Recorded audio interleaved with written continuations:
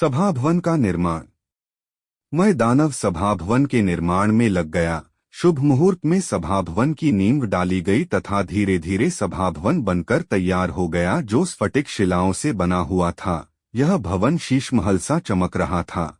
इसी भवन में महाराज युधिष्ठिर राजसिंहासन पर आसीन हुए। राजसूय यज्ञ। कुछ समय बाद महर्षि नारद सभा भवन में पधारे। उन्होंने युधिष्ठिर को राजसूय यज्ञ करने की सलाह दी। युधिष्ठिर ने कृष्ण को बुलवाया तथा राजसूय यज्ञ के बारे में पूछा। जरासंध वध। श्री कृष्ण ने कहा कि राजसूय यज्ञ में सबसे बड़ी बाधा मगध नरेश जरासंध है, क्योंकि उसने अनेक राजाओं को बंदी बना रखा है तथा वह बड़ा ही निर्दयी है। जरासंध को परास्त करने के उद्देश्य से कृष्ण, अर्जुन और भीम को साथ लेकर ब्राह्मण के वेश में सीधे जरासंध की सभा में पहुंच गए। जरासंध ने उन्हें ब्राह्मण समझकर सत्कार किया, पर भीम ने उन्हें द्वंद्वयुद्ध के लिए ललकारा। भीम और जरासंध 13 दिन तक लड़ते रहे। 14वें दिन जरासंध कुछ थका दिखाई दिया। तभी भीम ने उसे पकड़कर उसके शरीर को चीरकर फेंक दिया। श्री कृष्ण ने जरासंध के कारागार से सभी बंदी राजाओं को मुक्त कर दिया तथा युधिष्ठिर के राजसूय यज्ञ में शामिल होने का निमंत्रण दिया और जरासंध के पुत्र सहदेव को मगध की राजगद्दी पर बिठाया।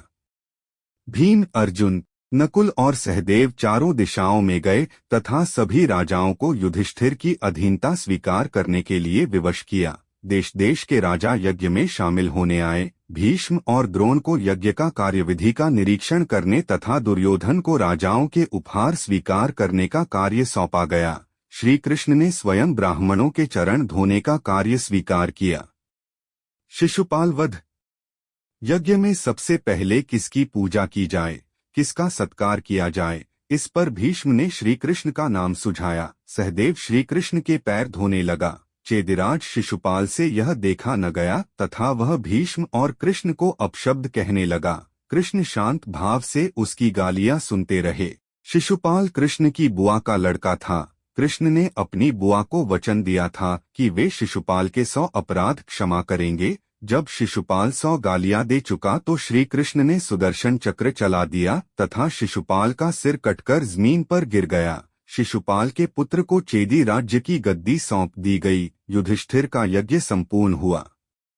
दुर्योधन शकुनी के साथ युधिष्ठिर के अद्भुत सभाभवन को देख रहा था। वह एक ऐसे स्थान पर पहुंचा जहां स्थल भी जलमय लगता था। दुर्योधन अपने कपड़े समेटने लगा। द्रौपदी को यह देखकर हंसी आ गई। कुछ दूरी पर पारदर्शी शीशा लगा हुआ था। दुर्योधन का सिर आईने से टकरा गया। वहां खड़े भीम को यह देखकर हंसी आ गई। कुछ दूर आगे जल भरा था, पर दुर्योधन ने फर्श समझा और चलता गया। उसके कपड़े भीग गए। सभी लोग हंस पड़े। दुर्योधन अपने अपमान पर जल भुन गया तथा दुर्योधन विदा मांगकर हस्तिनापुर आ गया। आगे की कहानी दूसरी वीडियो में देखेंगे।